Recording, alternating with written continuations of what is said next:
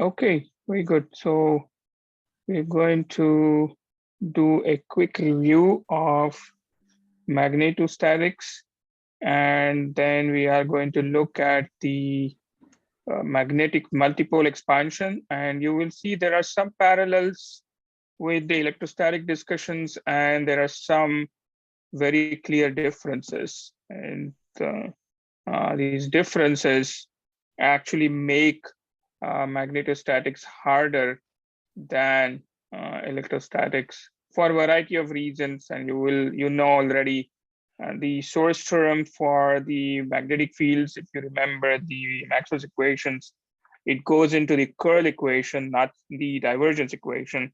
And we don't have any multipoles. The current density itself is a vector quantity as opposed to the charge density in the electrostatic case. That adds some complications.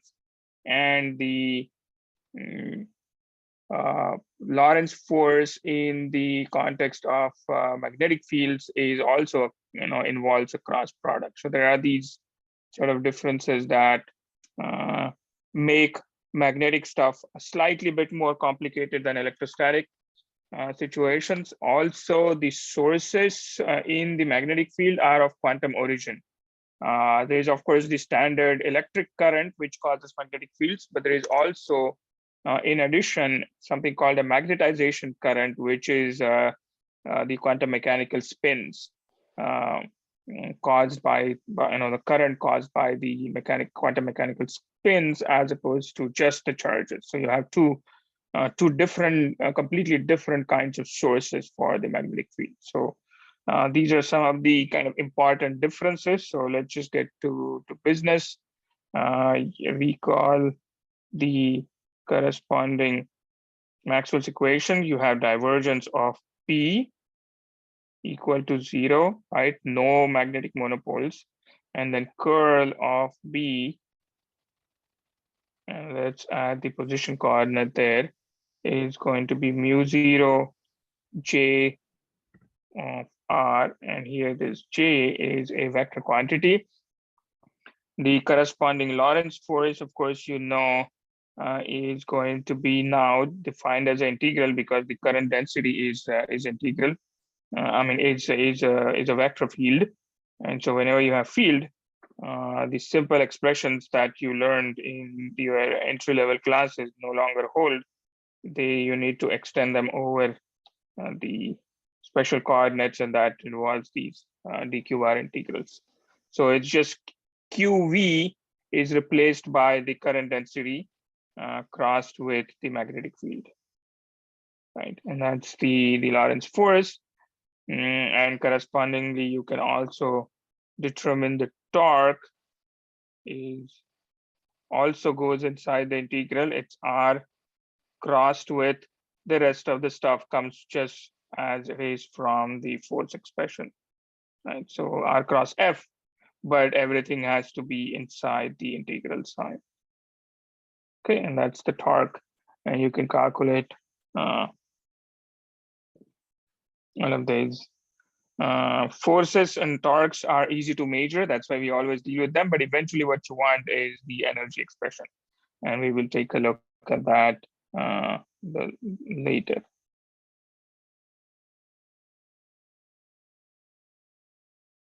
Okay.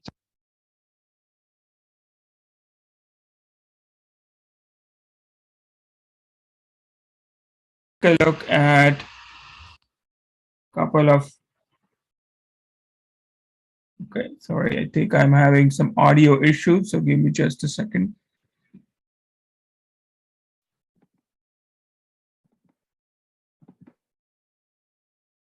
Okay, I should be back.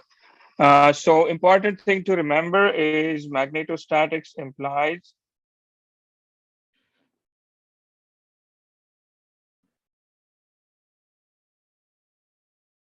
steady currents.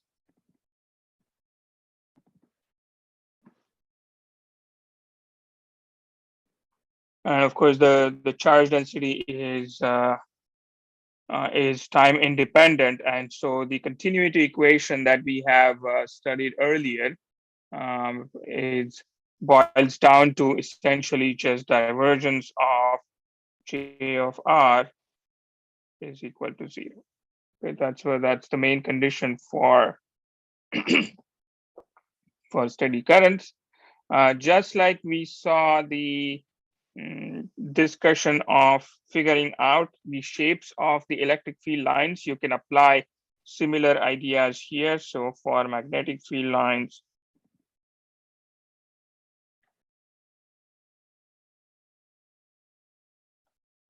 the displacement vector along a magnetic field line at any position has to be some quantity that is proportional to the magnetic field. So it's some lambda is the proportionality constant, and you get lambda times b would be the displacement vector. And so you can then write down things like dy over dx would be equal to by over bx. That is sort of like the slope of the magnetic field line at any given position.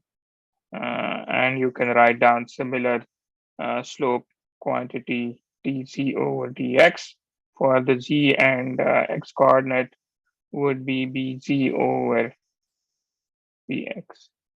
Okay, and then again, in general, the analytical solutions is not something we try to find. We make approximations and try to figure that out.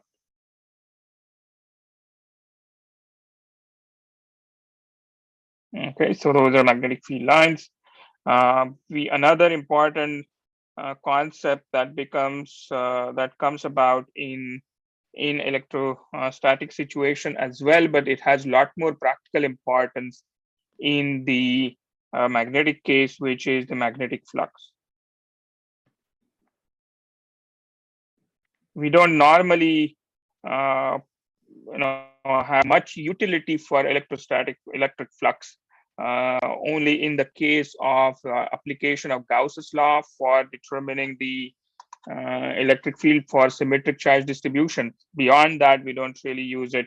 But here it's much more practical because it leads to the Faraday's law of induction, and that has a tremendous utility, as you know. And so anytime you want to calculate a flux of a vector quantity passing through a surface, it's a surface integral of that over the closed surface, ds started with b, right? So it's just the vector, it's a dot product between the actual vector field times the area element around that. And then you can use the divergence theorem. So if the surface is enclosing a certain volume, then you can see that it's going to be volume integral of divergence of b, and it's going to be 0. So this is for a S enclosing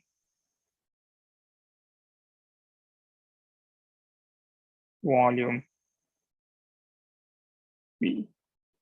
So divergence of B in that volume of space is 0, and so you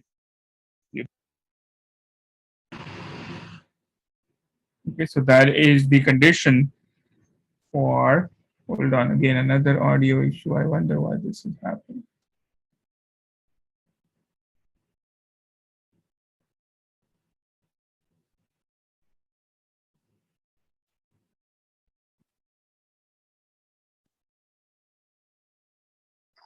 Okay, it should work in a minute. Okay, there it is. So this is called the zero flux condition.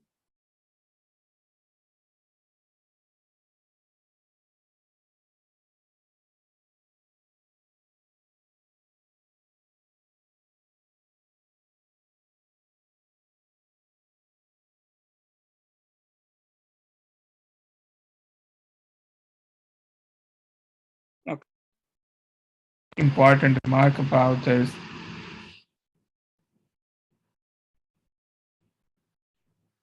That is, okay, I'm going to try to make Can you hear me now? One of you, please tell me if you can. Yes, we can hear you. No. There is disturbance.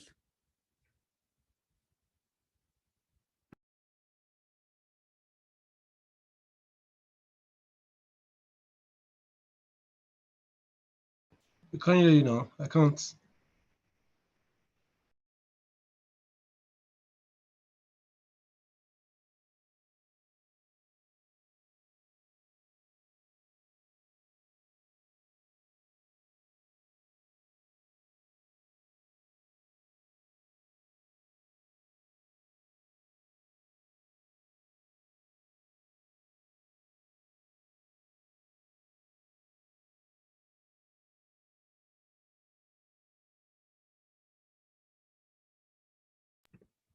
We didn't see your video and then audio also no more this time.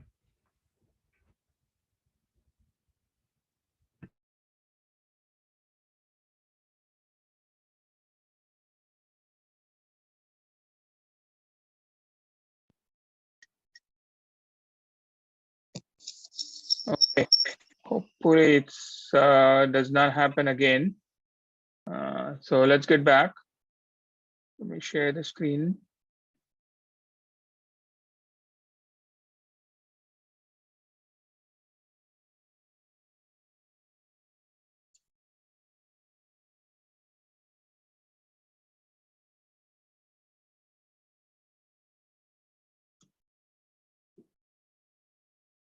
There we are. We're back.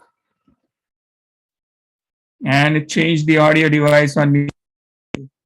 Okay, that's good. It keeps flipping back and forth between the 2 or 3 audio devices that I have.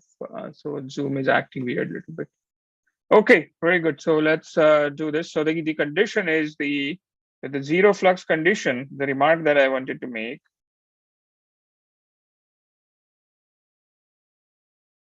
Condition. And remember now, this is only because of the magnetostatic situations. Remember when you have the time dependent electric field, right? So you once you go electrostatic situation, divergence of B is no longer zero. And in that case, this will not be true, right? So we be careful what we are uh, uh, alluding by this, right? And so zero flux condition uh, cannot be satisfied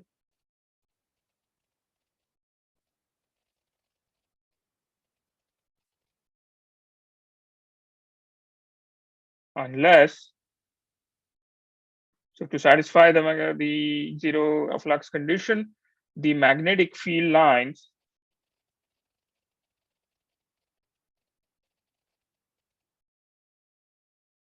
do not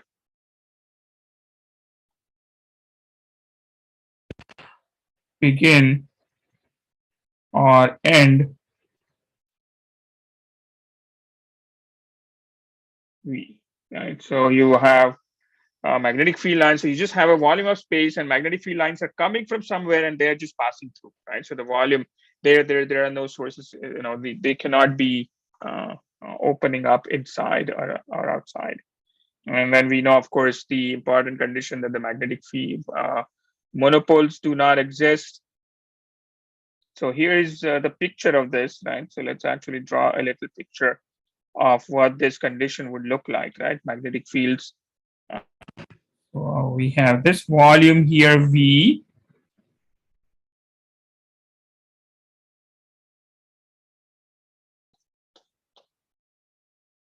Volume V, and the magnetic field lines are, let's say, one line like that, another one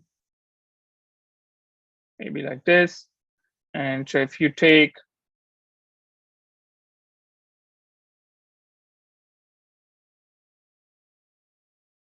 some other lines like this, these are all magnetic field lines.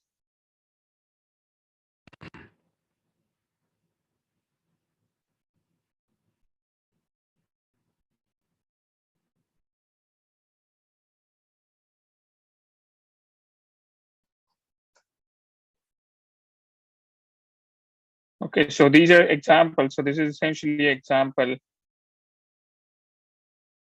where magnetic field lines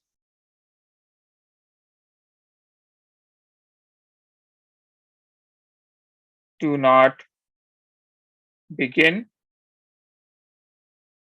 or end in V.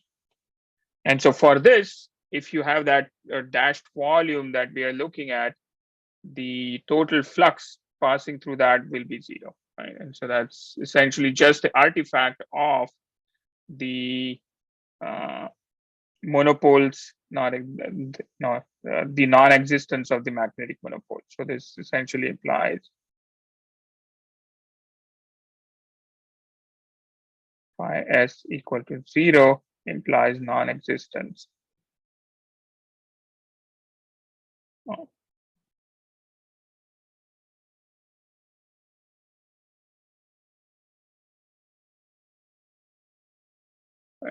Okay.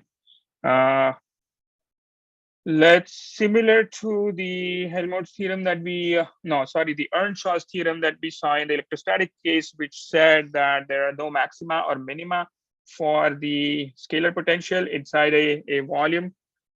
Here we have something called a Thomson's theorem.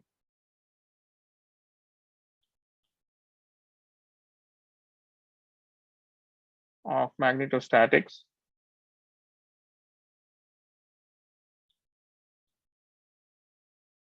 And the theorem states that the magnetic field B of R amplitude can have, so there the theorem was for the scalar potential.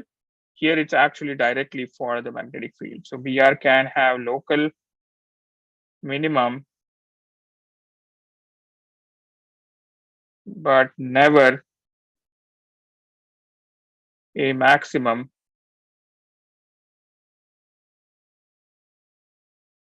in a current-free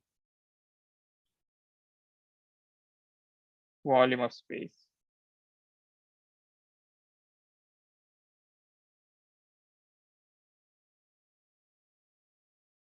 Okay, so that's the statement of the theorem. We're not going to prove it. You can look through the proof in chapter 10, section 10.1.4. Okay, so that's something now you know enough of the magnetostatic, or rather the vector and vector algebra, that you can actually go through the proof yourself. We are just quickly running through the structure of magnetostatics, if you will. Just like the Coulomb's law in the electrostatic case, here you have something called a Biot-Savart law that gives you the magnetic field if you know the current density, and it is del crossed mu 0 over 4 pi. This is a vector, this is a vector, and then volume integral over r prime of j of r prime over r minus r prime. Okay, so this is just basically extension of B, curl of B equal to mu 0 j, and so B turns out to be like that. And this is convergent for all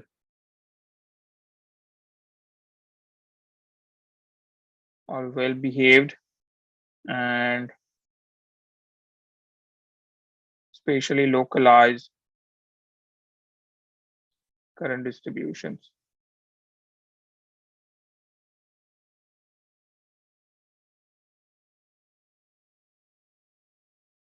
Okay.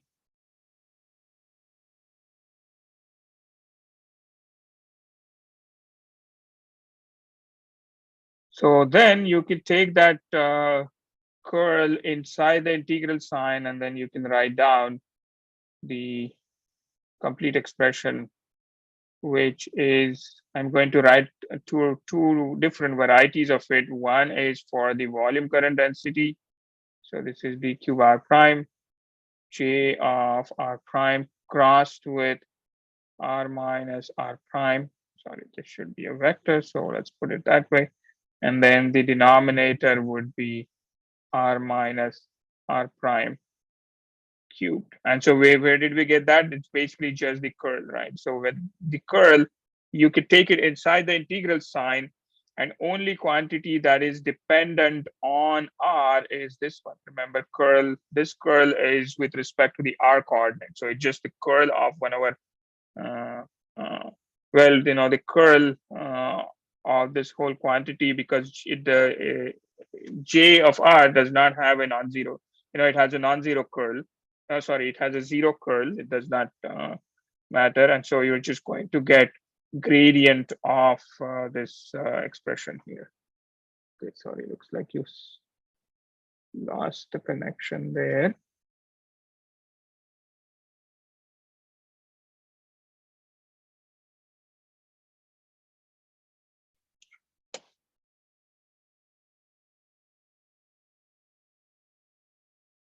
Okay, yeah, I think the connection was lost because my iPad suddenly decided to restart. Anyway, so we'll just have to give it a minute. So stop sharing. Let me see if I can pull up the note here.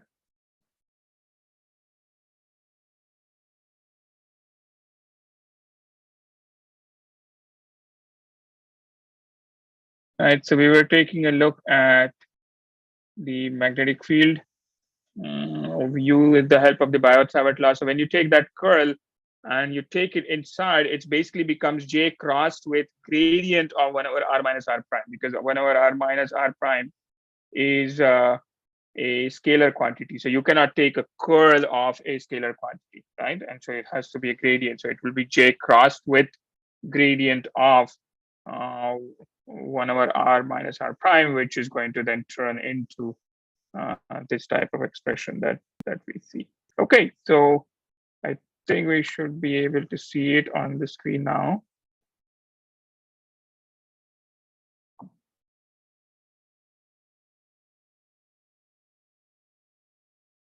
There we have it. Okay, so what if we have, instead of a volume current density, we have a surface current density? What do you think we'll have? We will have to do for this expression to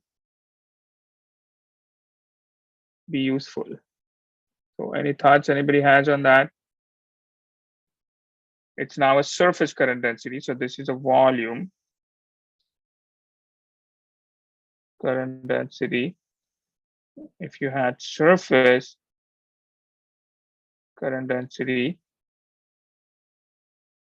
most of it will look exactly the same, except that instead of the volume integral, you would now have a surface integral. So ds, it's a scalar integral.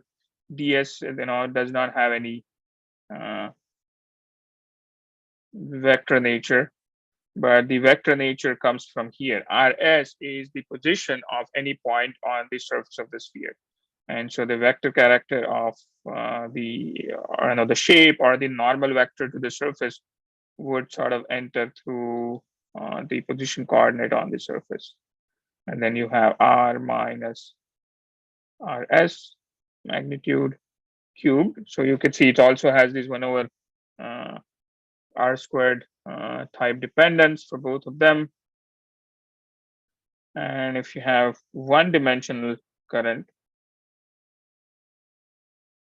then you can write essentially it as a line integral, and the current just comes out. Let's say we have uniform current there. Then, because for line integral, you can't really have, if you have a line of current, the value of the current at all points along that line needs to be the same, right? You cannot really have a density in that situation. So it just wouldn't physically make sense in the context of law of conservation or the continuity equation, right? So the continuity equation requires you to have constant current, so that can come out. And then instead of ds, you have dl. dl is a vector quantity, so it just becomes dl crossed with r minus l over r minus l cubed, right? So that's how magnetic field would look like. And then you can figure things out that way.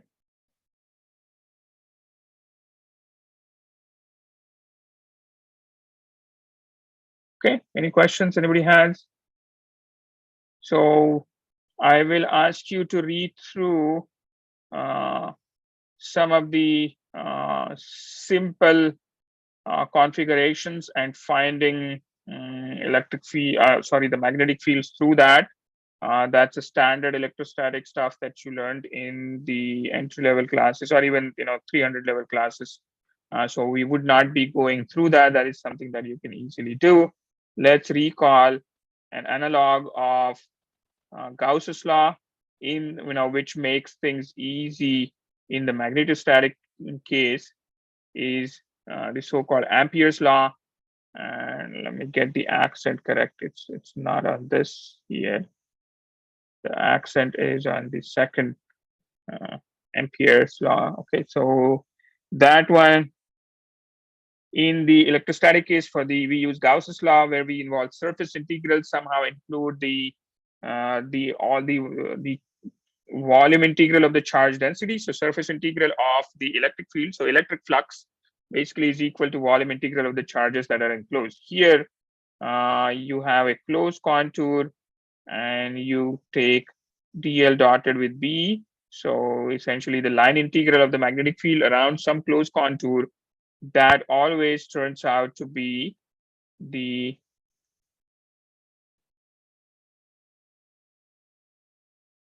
dot product of ds, and so s is the surface that's generated by the contour, right? So remember, contour is the boundary of that surface, and so it's ds over j. So essentially sort of flux of the current is what you need, which essentially gives you the total current enclosed by the contour. So the contour current is passing through this contour, and what you're basically determining is flux. Now, what's the total current that's cutting through the surface bounded by that contour? Okay, and so that's what this Ampere's law tells you. Sine IC, so the current could be going inwards to the contour or coming out, and so you need to be very careful about the sign. So let's talk about the sign of IC is fixed by the right hand rule.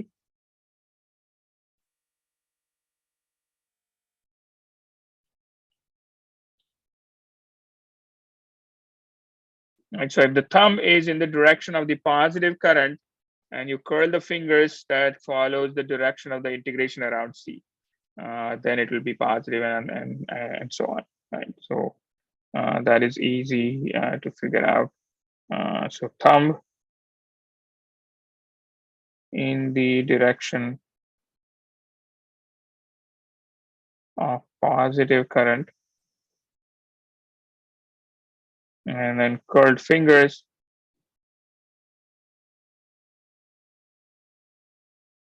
in the direction of traversal of the contour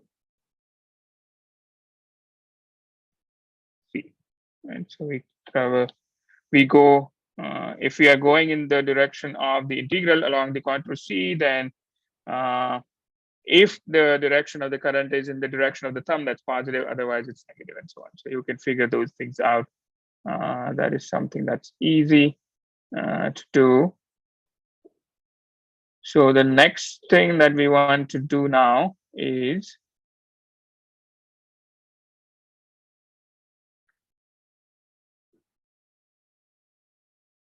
give me just a second. First, let's introduce the vector field, and then once we have the vector field introduced, then we can look at the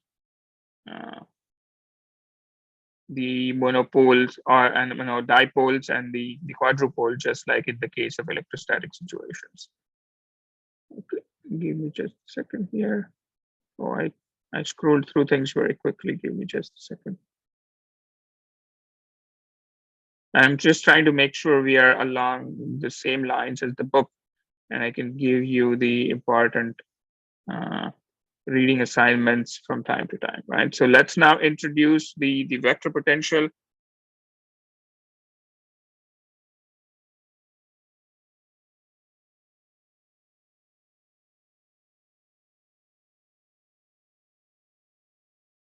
right? So the reason why we had to introduce vector potential and scalar potential is essentially to satisfy the Maxwell's equation for curl of E equal to 0, right? In the electrostatic case. And so if the curl of a gradient is always 0, that's guaranteed. And so then expressing electric field as a gradient of some scalar field becomes easy. And then of course it serves a lot of interesting situations. It makes things quite a bit easy in many of the problems. So for example, if you were to do, right, if we chose B to be some negative gradient of some scalar potential psi, then it turns out it's not valid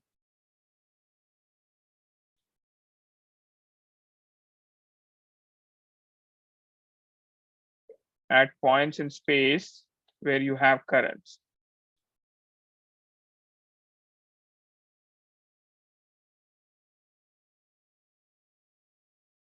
Where the current density J of R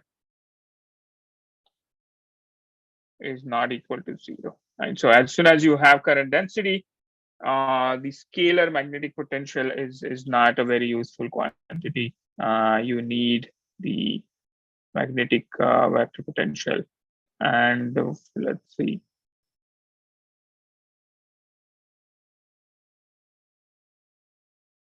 We did not really, let's actually introduce this first, the magnetic scalar potential.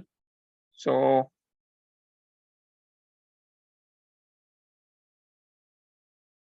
curl of B of R, right? So I'm kind of going back and looking at this situation in detail. So the curl of B would be 0 if J of R is equal to 0 in any volume of space. Everybody with me? So now we are kind of creating a situation in the magnetostatic case that's completely parallel with the electrostatic case. So if this is the case, then you can always, and divergence of B of R is equal to 0 everywhere. Right. So remember, this is in a restricted domain, in restricted volumes where there are no currents. And so here R is element of the volume. And so you can, using the curl equation, if we substitute B of R equal to negative gradient of some scalar potential psi of R within that volume, right? So this is now confined. It's not always true. It's only in the certain volume where the current density is 0. Then you can quickly show that divergence of B is equal to 0. So that's going to imply that del square of psi of R is going to be equal to 0 for R is element of V. Right? So as long as that's true. And so then you basically have, similar to the electrostatic case, a Laplace's equation. We of course haven't looked at rigorous methods to solve Laplace's equation yet, but if you develop those methods, and some of you have seen those methods, right? I think most of you have seen those methods, at least in some simple contexts. Those methods are then applicable even in the magnetostatic case. So provided you are in a volume of space, no current density, you can take all the machinery from the electrostatic situation, apply it here, and deal with the problem with the help of the scalar potential. Okay, so that's how this process sort of works. An example is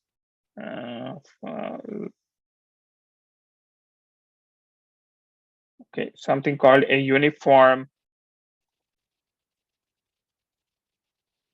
Let me not change the section here. Example, uniform ring of current. Okay, and what happens in that situation? Let's say you have a ring of current here. Let's assume a sphere that is encompassing this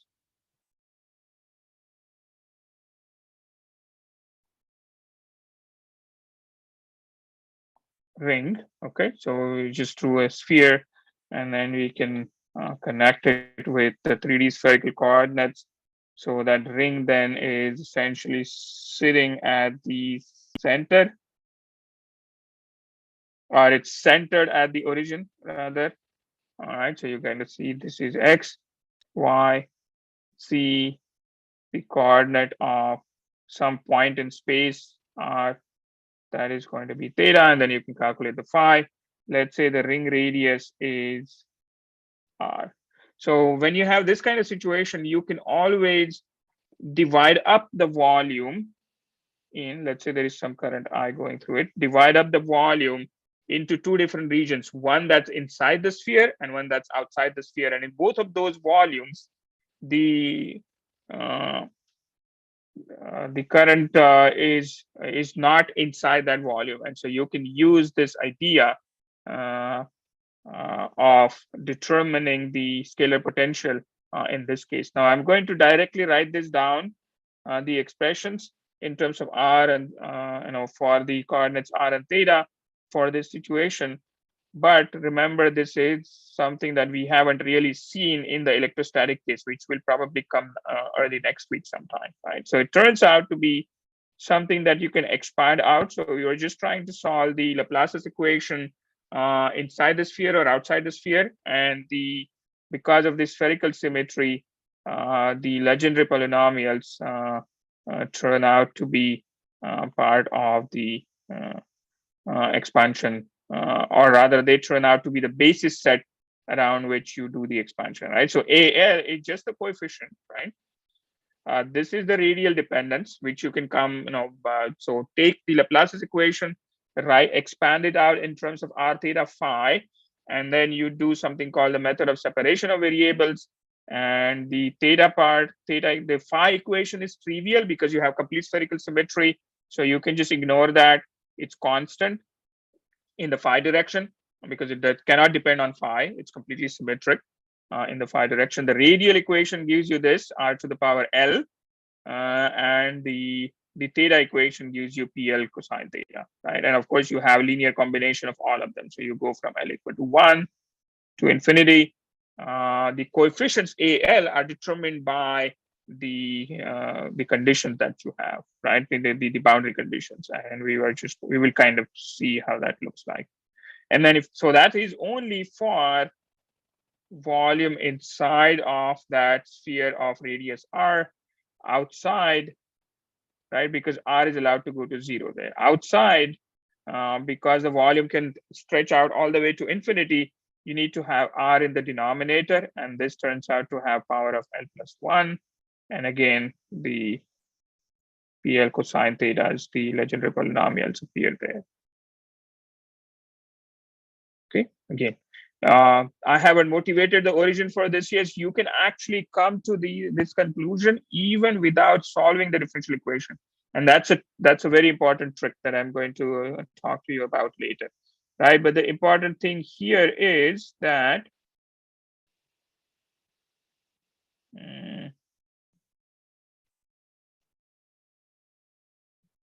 okay, so what we need is using the matching conditions, we can determine both of these expressions that we have for r less than r and r greater than r. They have to match up at r, at little r equal to capital R.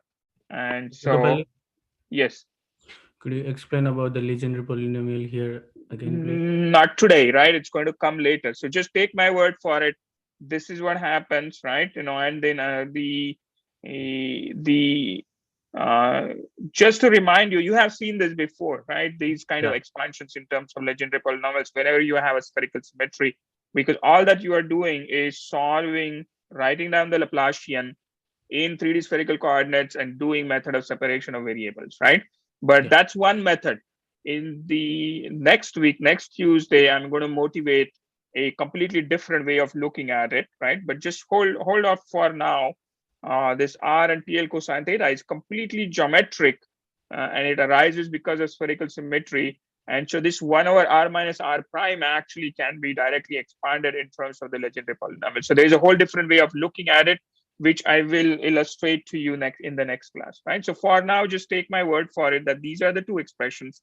They are exactly identical in comparison with the electrostatic case, right? So only thing that is important here is uh, uh, to understand that you can take magnetostatic situations in certain configurations and handle the problem just like in the electrostatic case using scalar potential. Okay, so that's the message here. Don't get bogged down by the mathematics, right? We will be filling in those gaps in the next class. Okay, thank Okay, you. so the matching conditions, because if I were to do that now, we won't be able to cover the important points that I wanted to cover today. Okay, so for the matching condition in this case is r hat dotted with gradient of psi is continuous. That gradient of psi is going to give you the magnetic field. The magnetic field across the currents is continuous. And so that means if you substitute, right? So let's call this expression A. Let's call this expression B. So you take A equal to B at R equal to R, right? And then match up each term by term, all the powers of L. And you're going to get for each BL, it's going to be negative L over L plus 1 AL. Okay, so that's how that turns out to be, because you have to take the gradient. When you take the gradient, you will have the L's coming out. So that's why you have L and L plus 1 appearing in this expression. And so that means, once you know one of them, you know the other ones. And those are the coefficients. And then you can actually write this down, the magnetic field along the z-axis, for example, looks like mu 0 I over 2 r squared over r squared plus z squared to the power 3 halves. So this is a direct calculation.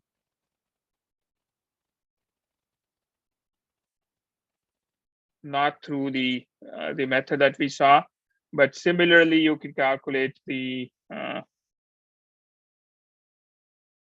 psi of z using the expression that we saw earlier, and it turns out to be z over square root of r squared plus z squared.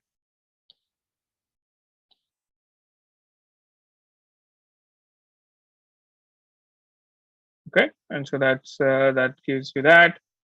And so the idea here is, without really going into all of the details there, the idea really is that you can determine the magnetic fields even when you have currents, right, in the problem, by dividing up the volume of interest carefully, so that you can write down the expressions with the help of a magnetic scalar potential, right? So that's the message. I'm not completing this whole section either, so let me give you complete reading of the section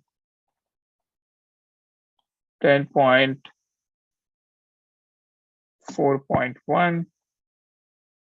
Okay, again, it's mathematically straightforward. It's just that, I don't want to go through all of the steps here, because we need to now introduce the vector potential. Everybody with me? So the message is, in a certain condition, in certain volume where there are no currents, and you can always divide up the volume of interest into regions where there are currents and in the regions where there are no currents. And especially for a line current, the thickness of a current carrying wire is extremely small.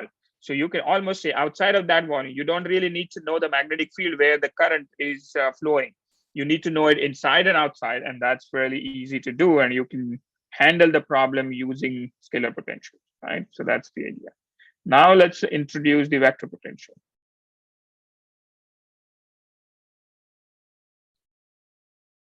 Now that was just a line current. What if you have a surface current, right? Now on that surface, if you want to find, or let's say you have a volume current density, right? A certain current element that has J dot R not equal to 0. And so then you cannot use the scalar potential idea. And so then it turns out we, instead of directly determining the magnetic field, if we write the magnetic field as curl of certain other quantity, and that quantity in this case now has to be a vector, it cannot be a scalar, and this guarantees that divergence of B would be zero, right? Which is what we know from the Maxwell's equation. And so writing down B as a curl, a divergence of a curl is always zero, and so we use that fact to determine this, right? And so you can then calculate all of the elements of the magnetic field. If you know the vector potential, or if you know the vector potential, you can calculate the magnetic field. Either way, it works both ways. It turns out, just like in the case of the electrostatic situation where the scalar field is not unique, you can always add a constant to it, and adding a constant to a scalar potential does not change the gradient. You are going to get the same electric field for a variety of different scalar potentials. Same thing applies here. There are certain forms of terms that you can add to the vector field, but that will give you exactly the same magnetic field. So let's take a look at those. So if we take, right, if we take A of r prime, a slightly different vector field, which is displaced from the original vector field by adding a certain gradient of a scalar field, right? Because you need always eventually a vector. And because curl of a gradient is zero, right? Curl of a gradient is always zero, is it? Divergence of a curl is zero and curl of a gradient is zero.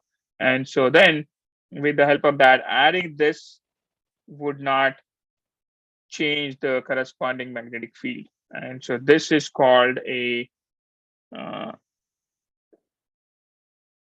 chi of r is called a gauge function. Right.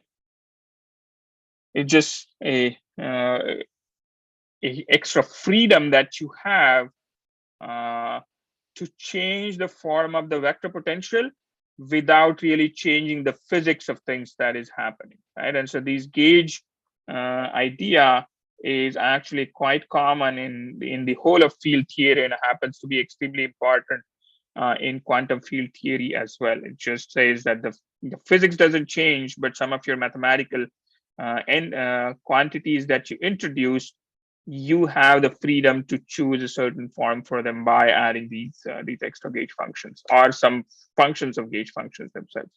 So the condition commonly used in electromagnetic theory is that divergence of A of R is zero. Remember, it's not guaranteed, right? So anytime you choose, where you take a magnetic field and you calculate the vector potential, you are not going to get divergence of that vector potential to be zero. So this is an external condition that you impose. And so if that's the case, then you're going to get that. So assume divergence of A is not equal to zero, but we could enforce this new vector field A prime have the divergence of zero. And so if that's the case, then you're going to get divergence of the gradient of chi, which is essentially del square of chi. If that is equal to negative divergence of A, then they would cancel up, right? These two terms, once you apply divergence to this expression from both sides, the divergence of gradient of x, if it is negative divergence of A, that would the contributions from these two terms would vanish, and you would get a new vector field that satisfies these so-called Coulomb gauge.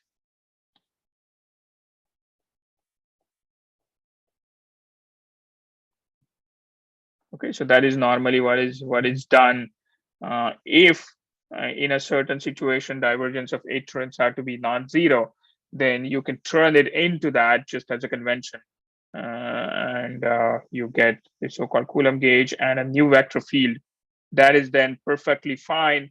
It is simpler to deal with because it already has divergence of zero, so it only has non-zero curl, which is the magnetic field. So it is much cleaner sort of expression for the vector field, which you can then use for handling magnetostatic situations. So how do you deal with this? How do you make use of the uh, vector potential? You know that this is how it's defined. It's curl of A is equal to B, and you know curl of B is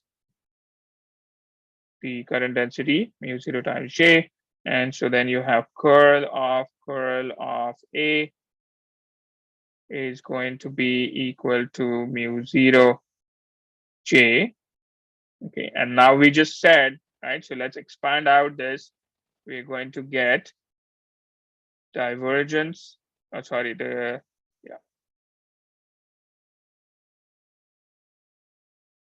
gradient of divergence of A minus del square of A is equal to mu0 J. Okay, that's how that expression looks like. You know, it's essentially the triple vector product, which gives you back cab rule. And so from that, we have figured this out, right? So this is B, A, C, and then C, A, and B. But of course, you know, here the orders, since you have derivative operators involved, order has to be preserved. And so this is what you end up with. Now, of course, we choose this to be 0 from Coulomb gauge.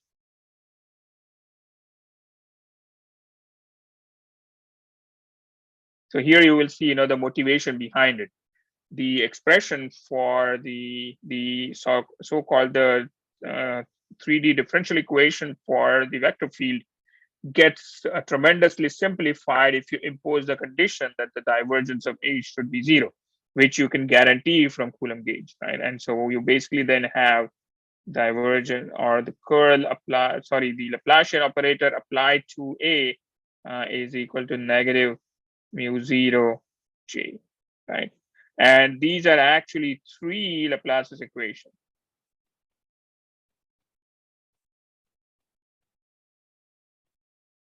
Right? Why? Because del square is actually a scalar operator. You're applying it on the vector. That means what you are basically doing is we are looking at del square Aj equal to mu0. Let's not use J. Let's use some, let's use K as the index. So you're looking at just the kth component of A.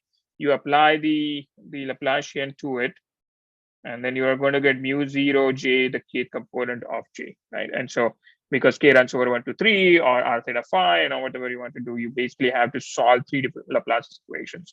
So the effort is triple, but it's still dealing with the vector potential is a lot easier than dealing with the magnetic field directly. And let's see, just based on this form of the Poisson's equation. So this is a vector form of Poisson's equations.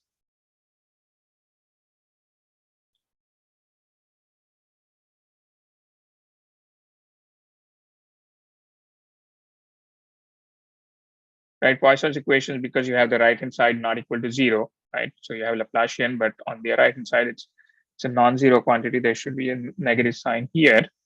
And as a sort of a corollary of this, you get a k of r, the kth component of the vector field, looks like mu0 over 4 pi, similar to the scalar electrostatic field expression you can, that's the analogy we are using. So you can directly write this down as the source quantity divided by r minus r prime, right? So you can write this down, things down, and then convert that into corresponding vector expression, which is straightforward. So you can write down the magnetic field, magnetic vector potential as an integral over the current density r minus r prime. So this is in parallel, this analog, already how the electrostatic scalar potential looks like, which is sort of like has a similar looking expression, except that you have charge density on the right hand side. Here you have a current density. And so mathematically, they are kind of structurally identical. And that's what allows you to directly write down the three different components of the vector field, which you can then combine. So if you have a volume current density, this is how the magnetic vector field is going to look like. So you might as well just do the integral to evaluate the magnetic field, magnetic vector potential.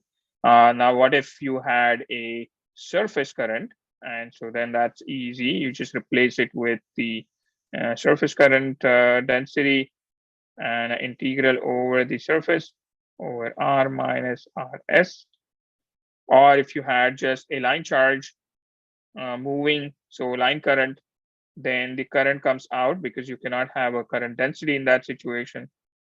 And then you just do a dl, which will now be which will carry the vector nature of a and r minus l. Okay, so these integral expressions come, we directly wrote those down, but they come from the analogy with the electrostatic case, which you are now quite a bit familiar with. So you can then, I will give you a reading assignment here.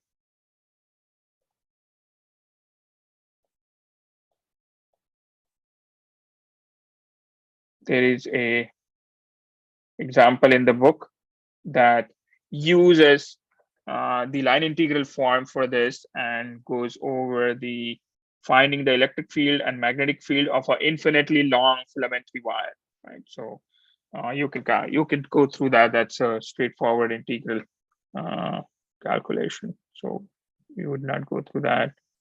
The goal for us now is to look at the multipole expansion. Okay, so we have plenty of time to do that because it's just essentially parallel with electrostatic situation. But now we have to do the multipole expansion of the magnetic dipoles, right? So the idea again is you have a current density in certain region of space and you are very far away from that, right? Because all of the electrostatic or magnetostatic situations that we encounter, these currents and the charges are part of a material, and you're almost always very far away from the sources of currents and charges. And so you need some quick limiting behavior of how these things are the vector nature of these quantities, the vector nature of the magnetic vector potential, and in the electrostatic case, the nature of the electrostatic scalar potential when you are far away from the charge or the current distribution, right? So that's the idea. And again, you have essentially the same geometric quantity 1 over r minus r prime that appears in this expression as well. Only thing that is different is in the electrostatic case, you had a charge density in the numerator. Now you have current density, and current density is a vector quantity. But the important term for the multipole expansion is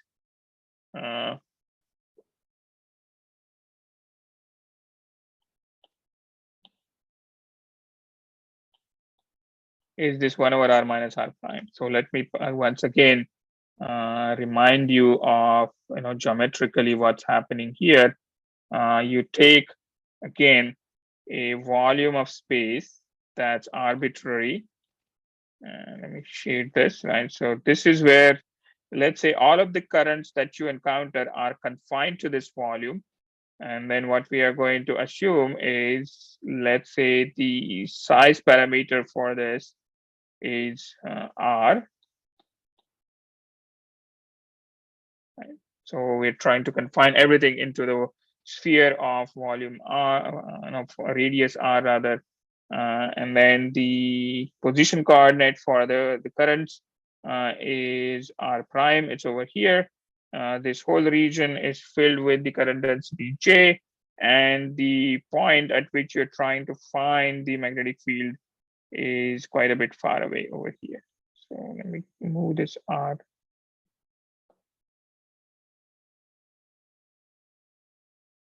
That's R, and this is little r vector, right? So this is the observation point. And so when you have R much greater than R, then you can do the Taylor expansion, which is 1 over R. Again, look at the first chapter. If you're not comfortable with the three-dimensional Taylor expansion, it's actually straightforward because you have the three different directional derivatives which you can evaluate separately, just vary x, vary y, vary z separately, and then combine those together, and then you get this kind of a behavior. Okay, so that's that. Let's take this, plug it back into the expression for the magnetic vector potential, just like we did for the electrostatic case. There you had 1 over 4 pi epsilon 0. Here you have 1 over mu 0 over 4 pi. 1 over r stays as it is. It's just the first term, right? So the first term d cube r prime, and then you have now j k of r prime, and we are going to only look at the kth component of this, right? So it's not a vector anymore. It turns out it's easy to do it this way. Because for each component of k, you will have multiple, different moments, and then you can add them all together in the very end to figure out what's happening. So that is the first moment, just the integral over the current. The second moment is going to be vector r dotted over r cubed. So that's again like Coulomb, like 1 over r square dependence, d cube r prime, jk of r prime, and the second term is proportional to r prime, right? So there is that. And now here you need to have a dot product, right? So it's a dot product between r and r prime essentially. And since we are interested only in the kth component of ak, only the kth component of j matters, right? So this is a scalar quantity now, okay, because we're looking at a specific component. And then of course you will have the other terms there.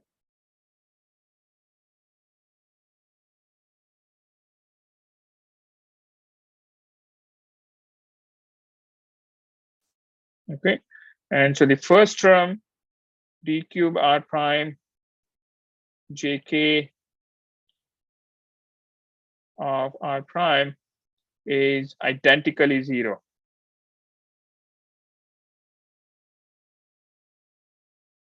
Because that's the monopole term. And we know there are no magnetic monopoles, right? So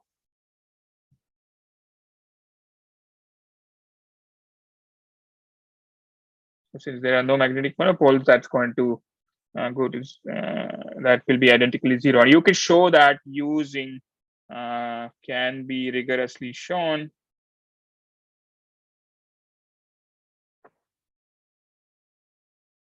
using continuity equation, divergence of j equal to 0.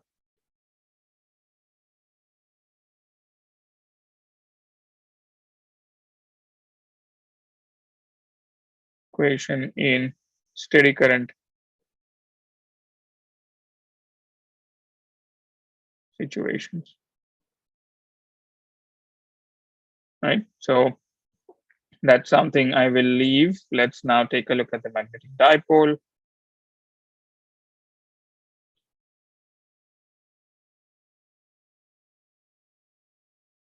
So for the magnetic dipole, let's take a look at again just the kth component. It's mu0 over 4 pi Dr. Kapale, integral of q bar prime jk r prime, and then you had r, the dot product, right? So since you have dot product, we can use Einstein summation convention and take everything inside, and so you're going to have rl prime. This integral has to be evaluated, and on the outside of that integral you will have rl, right? So rl prime rl, that's the dot product over r cubed. Everybody with me? Does that make sense? And it has just like in the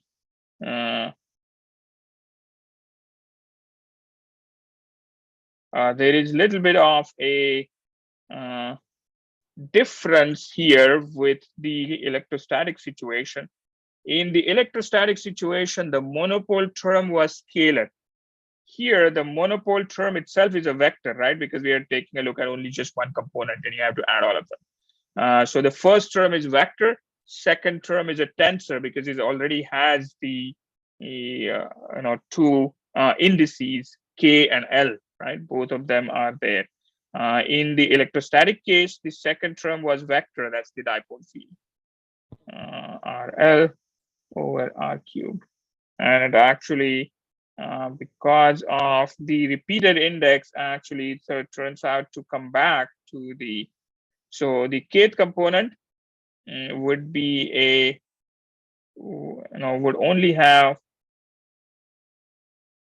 the let's see. So the kth component would be a scalar.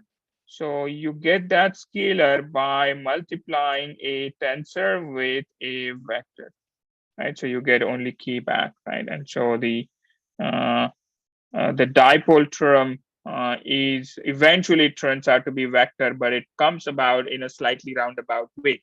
In the electrostatic case, the dipole field is just a vector quantity. It's not coming about through a product of a tensor with a vector. And this is what happens here in the magnetostatic case, right? So there are clearly big differences between the magnetic dipole versus the electric dipole situations. Okay, let me write down the expressions in detail here. So we're going to now take a look at a couple of mechanisms to simplify this expression.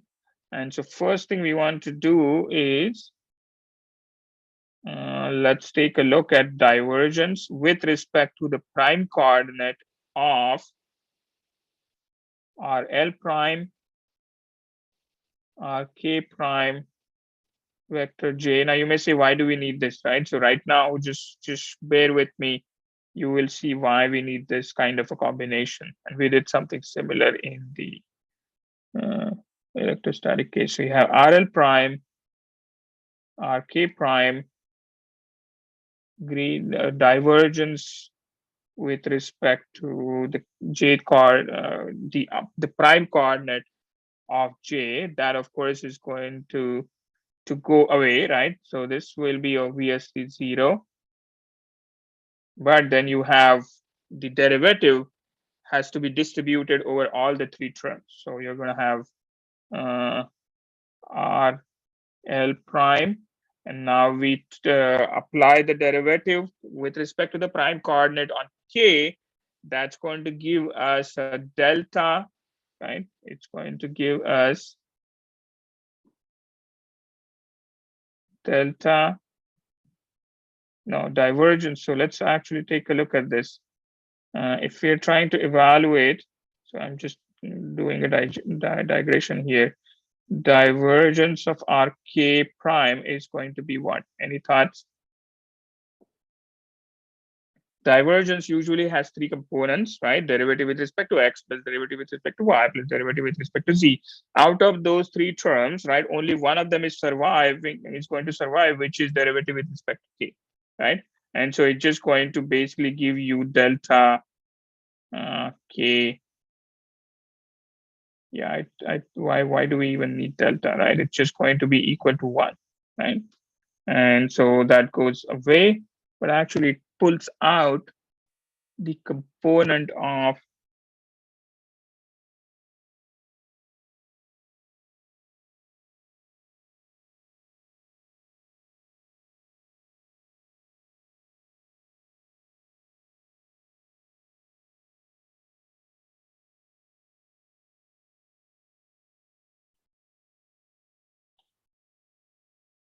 there is no summation here, right? So it's just that divergence of RK prime is only, yeah, okay. So it's no, but it's a scalar quantity. So what's happening here? Eventually, it should all be a scalar quantity.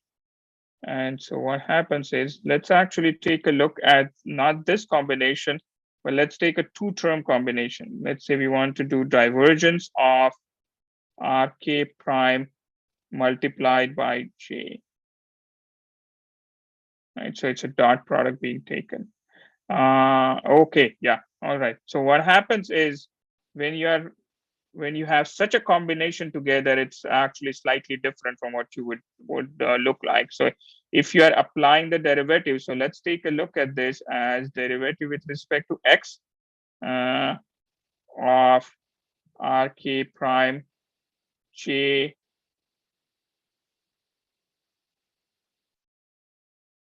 JK, right, plus del y with respect to RK prime JK, and now why am I doing JK there? Del x with respect to x, right? So this should be x, and this should be y. And then we should have RK prime is just a scalar. So when you expand the divergence, it will only, it's del x with respect to x coordinate, a term that is x, del z with respect to jz, and so on, right? Everybody with me? Does that make sense? And so then what we can do is, because of RK, so now what we are going to do is leaving the J's as they are, because you can't take the derivative, they are constant. And so the derivatives is only applied to the RK terms. And so only one of the three terms is going to survive. And the term that's going to survive is when, is X, Y, or Z equal to K. So X, whichever is equal to K, that's going to survive. So we're going to have basically the surviving term is going to be del K RK prime JK. Everybody with me? Which then, of course, when you write down, is going to be RK prime JK. Right, RK prime is gone because the derivative, is also with respect to prime coordinates. Sorry, and so del K applied to RK prime is going to be equal to 1, right? So you just get 1 over J, 1 times JK. Everybody with me so far? Does that make sense? And so that's why you will have here JK. And similarly, when you apply the derivative to the first term, leave the other one as it is, then you're going to have RK prime JL, right? It's only the Lth component of J appears, right? So everybody with me so far? By itself, it's a little tricky to see that.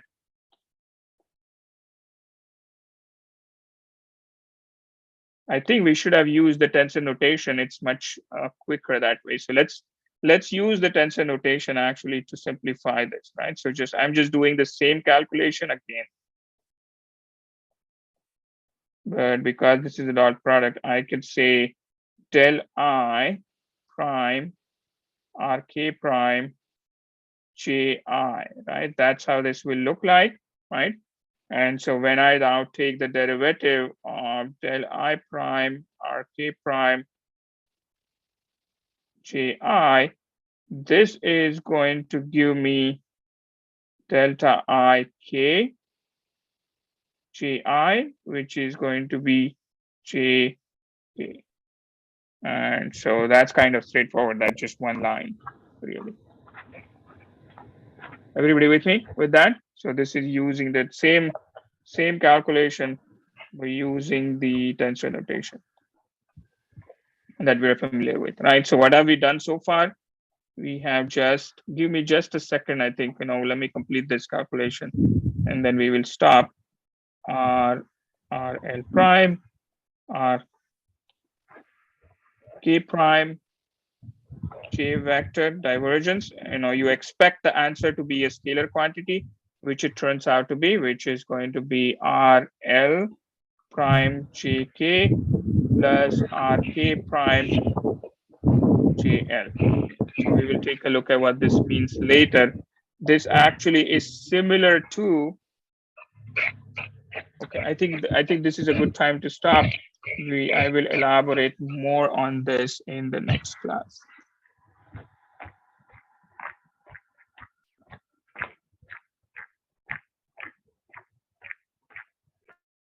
Someone